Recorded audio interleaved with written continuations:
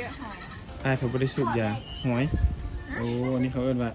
กรอแม่นบ่กลอก รเนาะนี่เอาตัวนี้ไปบังนายสมอ1บ่เป็นไอแซมโมนึงเพื่อไว้ว่าไอที่มันได้กลับมา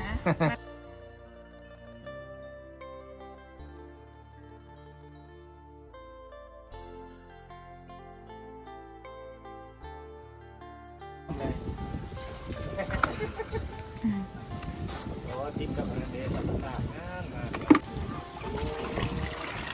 เฮ็ดให้บ่กุ้งกินเนาะปีนี้ได้จักสอบปีนี้10 สอบ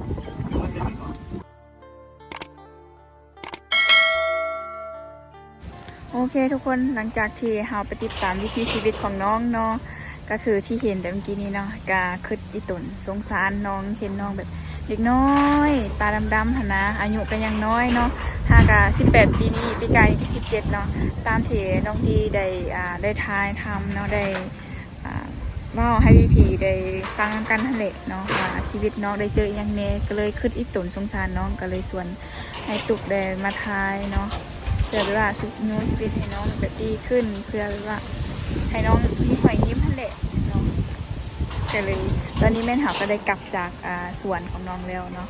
เดี๋ยวเขามาติดตามน้ำกันว่าเขาสิเฮ็ดกิจกรรมอย่างต่อไปเนาะพ่อแม่พี่น้องไปฝากติดตามผลงานต่อไปเนาะผลงานของน้องวิถีชีวิตของน้องเดี๋ยวน้องดีก็สิมาถ่ายอัปเดตเรื่อยๆเนาะเพื่อว่าให้พี่ๆได้ติดตามกันเนาะซัพพอร์ตน้องพ่อแม่พี่น้องอันนี้น้องดีรู้สึกแบบสงสารน้องอีต้นน้องแท้ๆน้องหักแพงคือน้องแท้ๆนี่แหละ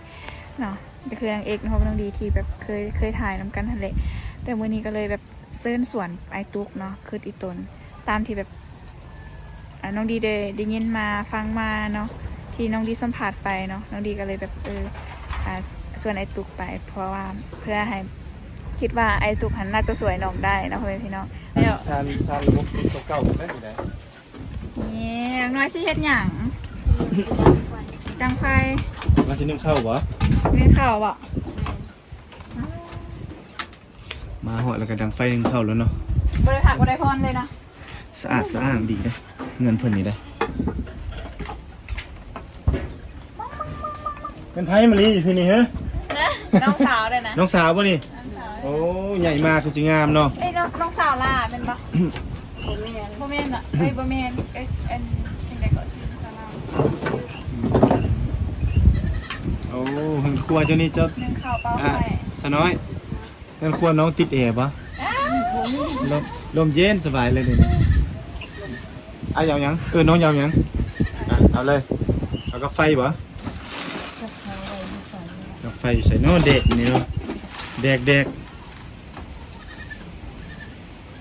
เห็นบ่เห็นเยอะหอยไอ้เขาบริสุทธิ์ยาหอยโอ้อันนี้เขาเอิ้นว่ากรอแม่นบ่กรอเนาะกรอไปว่าหอยเมื่อนานเจอตาลงน้อยไปงมหอยกันมีบ่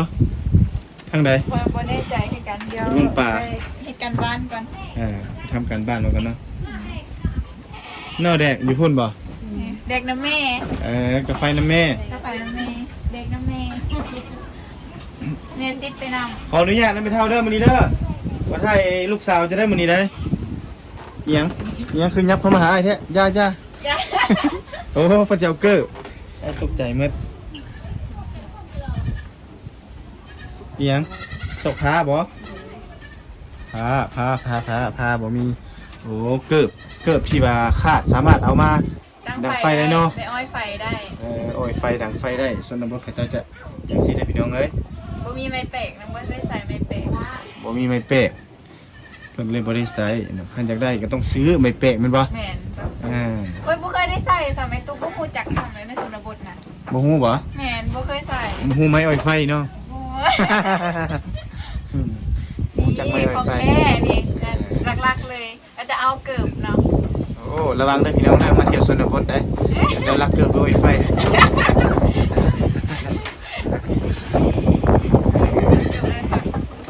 ขั้นตอนแรกเลยแม่นเจ้า1บ่ตอนเช้าเด้ไผ1ฮะตอนเช้าเมนึงตัวเช้าเม ตื่นบ่ทันบ่เพิ่นตื่นบ่ทันพี่น้องเอ้ยลมบ่น่ะลมโอ้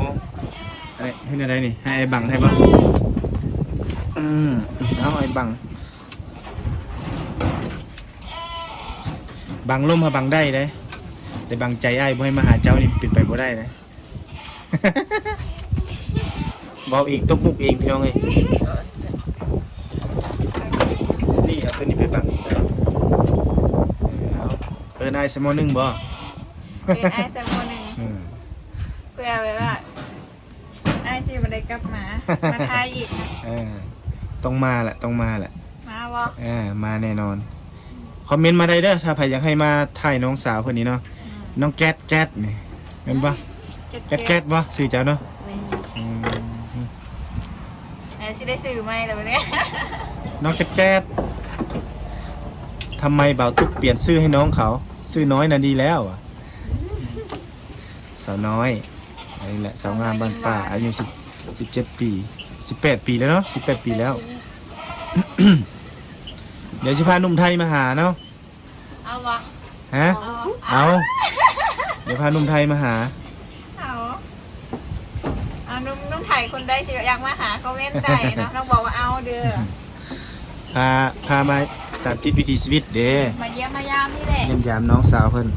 เยี่ยมยามทางเขาโอ้น้ำขึ้นมาหดถึงเฮือนเลยบ่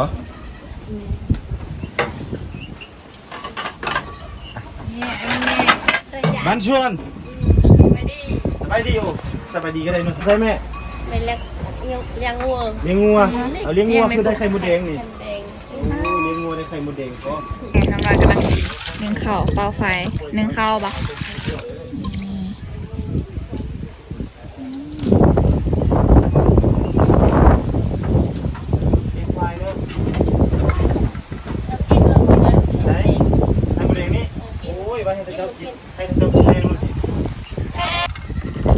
ดีได้น้องเอ้ยตรงนั้นไม่ดีเลยบตกดอกเซียนแล้วยินบอสถ้าน้องตรงนั้นพอดีมีแต่น้ำเต้ากาเลยจะกินน้ำเต้ากาไอ้เพื่อนแหละ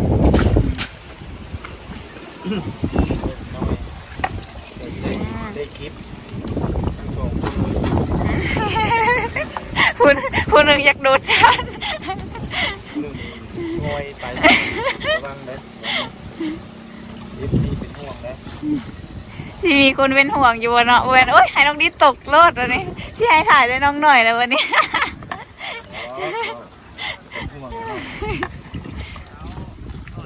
บ้านแล้วจิวดีเนาะนิดแบบความงามเลยติดกับเดชธรรมศาสตร์งามมักเสียงงานเสียงหัวไอ้ตุ๊กแห่งฮะเสียงหัวคุณบสบายใช่ไหม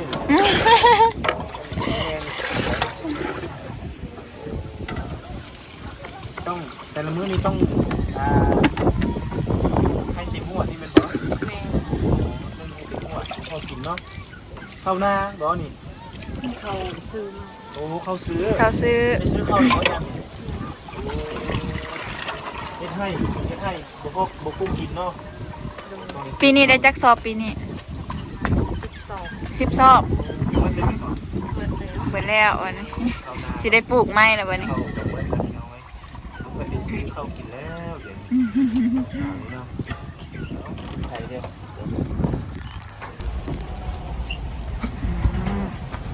เดี๋ยวสิซุปเนาะพี่น้องเนาะไข่1ข้าวทุกข้าวซื้อหัวดีบ่ข้าวซื้อหัวดีบ่นี่เอาฟ้ามาอัด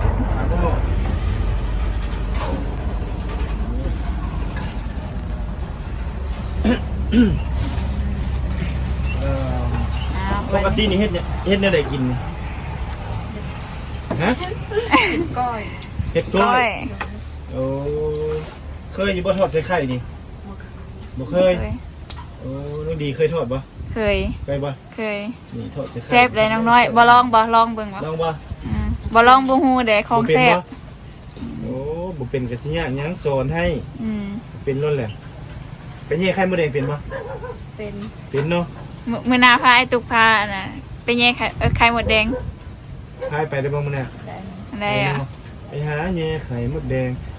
ทางใดไปแย่ไข่มดแดงนี่ไกลปะ บ่ได้ บ่ไกลเนาะมดแดงภาษาเจ้าเอิ้นว่าหยัง กระเซาก ระเซ้าก ระเซาก ระเซ้าแล้วมดแดง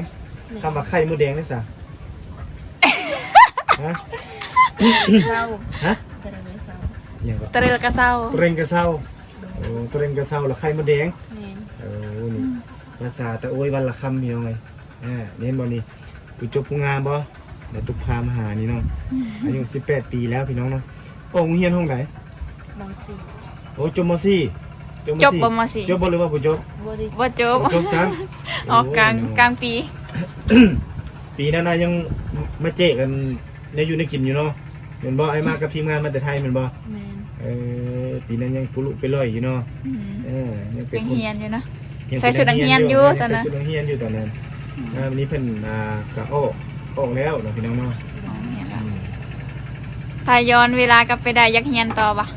ยา อยากวะ เรียนบ่เออ อยู่บ้านเฮาได้วะไอ้ตุกข้าวเข้าคืนเข้าเฮียนคืน ได้ ได้ปะ ก็คือน้องน้อยหั่นน่ะทางน้องน้อยทางบ้านนั่นดิทางต่อเฮือนยังเข้าได้เนาะ เข้าได้ไม่มีปัญหาเนาะอยากจะกลับไปเฮียนก็เฮียนได้คือเก่าไม่มีปัญหาเลยแค่ใจอยากเฮียนอันเฮียนโตก็ต้องไปเฮียนม .4 คือเก่าเนาะได้แค่ได้แบบประกาศเด้ มาสิคือเราอยากไปเฮียนวะ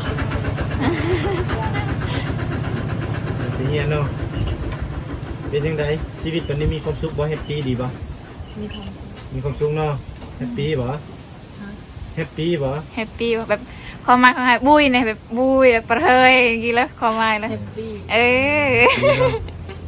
เดี๋ยวนี้เพิ่นมีความสุขพี่น้องเอ้ยแตกต่างจากแต่ต้นบ่ ตรงนี้ แบบเฮาบ่ต้องกดดันเนาะบ่ต้องกดดันตัวเองเฮ็ดหยังก็ตามสบายให้อยู่เฮือนเฮากินข้าวแซ่บแม่นบ่จำบ่เผ็ดกับเฮือนเฮาคันหนึงคันตื่นตอนเช้าบ่ทันกับแม่ยังลุกนึ่งข้าวให้กินตอนแลงเฮาไปเฮ็ดเวียกมากอ่ะเฮานึ่งก็ยังทันแม่นบ่ แม่น แต่ถ้าอยู่เฮือนนั่นคนอื่นนี่ต้องได้ลุกนึ่งข้าวได้แม่นบ่ แม่น แม่นบ่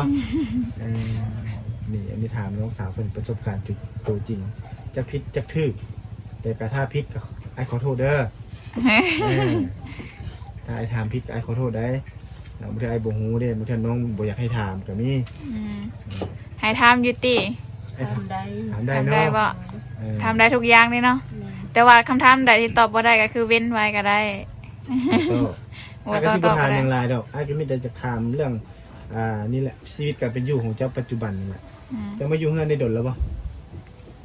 5 เดือนแล้ว 5 เดือนแล้ว โอ้เพิ่นกลับมาอยู่น้ำพ่อน้ำแม่น้ำแม่เนาะ แม่ น้ำแม่เพิ่นบ่มีพ่ออันนี้ก็คือกันเป็นลูกกำพร้าบ่ แม่น กำพร้าพ่อเนาะพ่อเสียชีวิตแม่นบ่ แม่น น้องดีครับพ่อไปมีครอบครัวใหม่ แม่น แม่ ตั้ง ก็มีครอบครัวใหม่ แม่นต่างคนต่างไปสร้างครอบครัวใหม่หั่นน่ะ โอ้ ตอนนี้ก็คืออาศัยอยู่นำแม่เฒ่า อันนี้อยู่ในแม่เฒ่า แม่น อันนี้ก็จะแตกต่างไปก็คือมีพ่อมีแม่ แต่ว่าพ่อแม่นี่ก็จะบ่ได้เลี้ยงน้องเพิ่นจะอยู่กับแม่เฒ่าต่างจากน้องน้อยนี่บ่มีพ่อ แม่น อืม อยู่กับแม่อยู่กับ แม่ อ้ายเอื้อย กับอ้ายกับเอื้อยไผเนาะแล้วกับน้องเจ้านี่เป็นลูกสาวกก แม่น พ่อเสียไปดนแล้วบ่ 3 ปีแล้ว แต่3 ปีหลัง 3 พุ่น ปีแล้ว ตอนยังมีพ่อน่ะเป็นจังไดชีวิต มีความสุข มีความสุขเนาะอยากกินหยังก็ได้กินอยากไปใส่ก็ได้ไปเนาะ จะกินอย่างก็พอหาให้ พ่อ กิน หาให้กินพ่อเพลงอยู่ปะ แพงเลย เพลงเนาะเสียดายเพิ่นบ่ได้กินแฮงเนาะจังใดเจ้าก็อย่าลืมเด้อเบิ่งแม่เลี้ยงแม่เด้อ เฮายังมีแม่เดี พ่อเพิ่นก็คือสิฮักเจ้าฮักแม่ฮักครอบครัวแฮงเจ้าก็ต้องเป็นเสาหลักต่อไปเนาะเสาหลักของครอบครัวหลังจาก5 เดือนกลับมาอยู่เมื่อนี่ได้ไปเฮ็ดเวียกหยังแน่ช่วยพ่อแม่ช่วยแม่ช่วยครอบครัว เฮ็ดให้ โอ้ทางให้บ่ทางให้แล้วก็เฮ็ดสวนมันเนาะ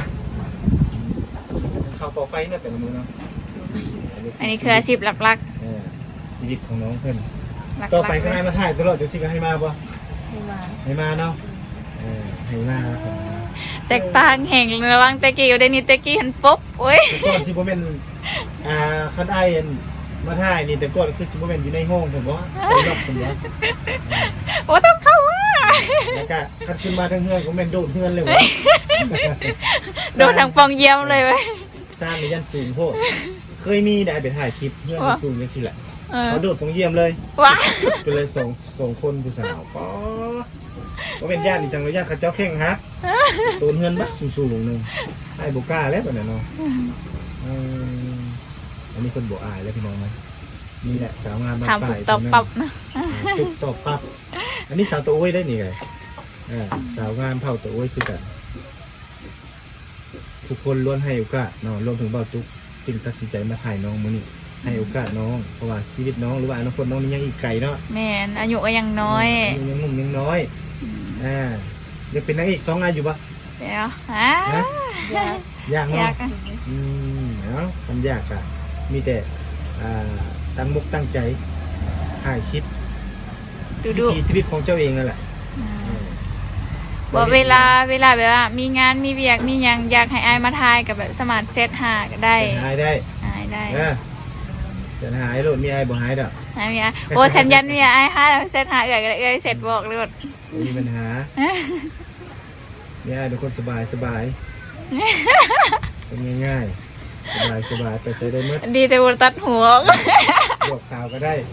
ไม่ได้เราเปิดเรายิ้มแซงอยู่คาลมบ่ธรรมดาจีบนี่แหละอันนี้คือวิถีชีวิตของน้องเพิ่นได้หนิไหนหนึ่งเข่าเป่าไฟเป็นยุคสมัยเก่าเนาะแต่เก่าเลยนะแบบนี้นะแต่ก่อนตักน้ำบ่ เดินอยู่บริตักแล้วเนาะ ตักเตน้ำกิน ตักแต่น้ำกิน ตักกินไปตักอยู่ใส่ โยน้ำข้น ทางคุณอะไร มีถัง กินน้ำยังกินน้ำบาดาลบ่หรือว่าน้ำห้วย น้ำสาง โอ้น้ำสร้างโอ้ลมแห้งดีเนาะกลางคืนก็แห้ง ตักเป็นตอนเช้าบ่หรือว่าตอนแรงก็ตักบ่ ตอนเช้ากับตักตอนเย็น ตักทั้งเช้าทั้งเล่นน้ำกินอยู่ไหนน้องบ่ไปตักหรือว่าเอ้ยสะพ้ายหรือว่าแม่ บางมือกับน้องบางมือกับเอ้ย ก็คือผู้ได้วางกับผู้นั้นตัก เออ ก็แบ่งกันเนาะแบ่งกันเฮ็ดเวียก แบ่งกันให้เรียงเห็นงานเห็นบ่สายตาเจ้ายังเรียบหวานเลยนะเวลาจะยิ้มมาลักษณะแบบขั้นไผเห็นก็แม่นว่าเขาแอบมากเลยนะลงมาได้นี่เลยลงไหลนะเห็นบ่ใกล้ก็ยังลงไหลคู่สิกนะเอาคู่ไว้ ตลก